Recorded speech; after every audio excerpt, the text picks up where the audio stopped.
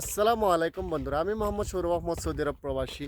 অনেক আগে একটি ভূতের বাড়ি সম্পর্কে ইউটিউবে ভিডিও দিয়েছিলাম। অনেকেই বলেছিলেন ভাই জায়গাটি কোথায় এবং কিভাবে যেতে হয়। তো আজকে সেই জায়গাটি অবশ্যই আপনাদেরকে দেখানোর চেষ্টা করব। ভিডিওটি আপনারা শেষ পর্যন্ত দেখতে থাকুন কীভাবে যেতে হয়। তো বন্ধুরা, দেখতে পারতেছেন আশেপাশে কোনো বাড়িঘর নেই। তো দেখতে পারতেছেন একদম নিরিবিলি। এই দেখেন, এদিকে রাস্তা, এদিকে যেতে হয়।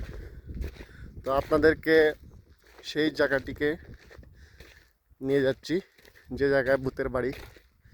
তো বন্ধুরা, অবশ্যই আপনারা ভিডিওটি শেষ পর্যন্ত দেখতে থাকুন। তো বন্ধুরা, দেখতে পারতেছেন আমি সেই কাঙ্ক্ষিত ভূতের বাড়ির জায়গায় চলে এসেছি এবং আপনাদেরকে সেই ভূতের বাড়ি দেখানোর চেষ্টা করব। আপনারা অবশ্যই ভিডিওটি দেখতে থাকুন।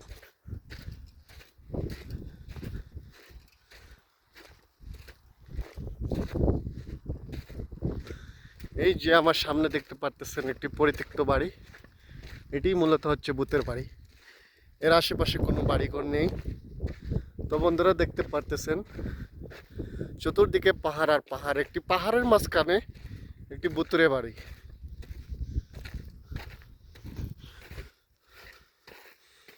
তো বন্ধুরা, এটিকে ভূতের বাড়ি বলা হয় কেন বা জিনের বাড়ি বলা হয় কেন, তো দেখতেই পারতেছেন বন্ধুরা, এখানে দেয়াল তোলা হয়েছিল, তারপর জিন সেই দেয়ালগুলা ফেলে দিয়েছে এবং কোনো মানুষজন নাই আশেপাশে।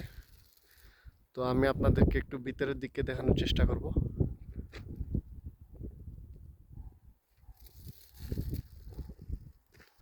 তো বন্ধুরা, দেখতে পারতেছেন বাড়ির আশেপাশ একদম নীরব নিস্তব্ধ, কোনো মানুষজন নাই, কোনো কিছু নাই। এখন আমি বাড়ির সামনে আছি, পিছনের দিকে ঢুকবো। তো আপনাদেরকে ভিতরের দিকটি দেখানোর চেষ্টা করবো ইনশাল্লাহ। আপনারা ভিডিওটি দেখতে থাকুন। এবং দেখতে পারতেছেন বন্ধুরা, বাড়ির পিছনে অনেক বড় পাহাড়। তো বন্ধুরা, দেখতে পারতেছেন অনেক বড় পাহাড়।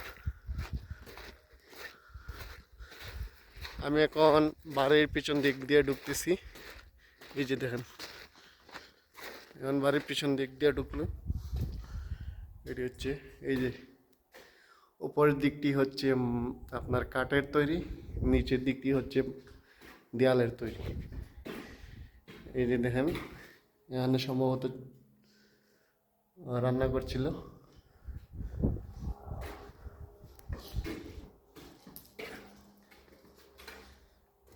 এদিক দিয়ে কোনো মানুষজন নাই। এই যে সামনের দিক, আবার এটা এদিক একটা রুম, পুরো পরিত্যক্ত, কোনো মানুষজন নেই। এখানে দেখতে পাচ্ছেন বন্ধুরা, এই যে উপর, ওই দেখেন বাহিরের দিক।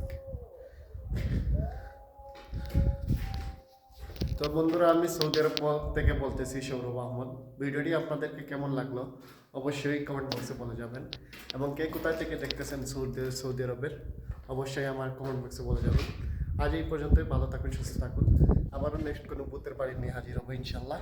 তো ভালো থাকুন, সুস্থ থাকুন। আল্লাহ হাফিজ, আসসালামু আলাইকুম।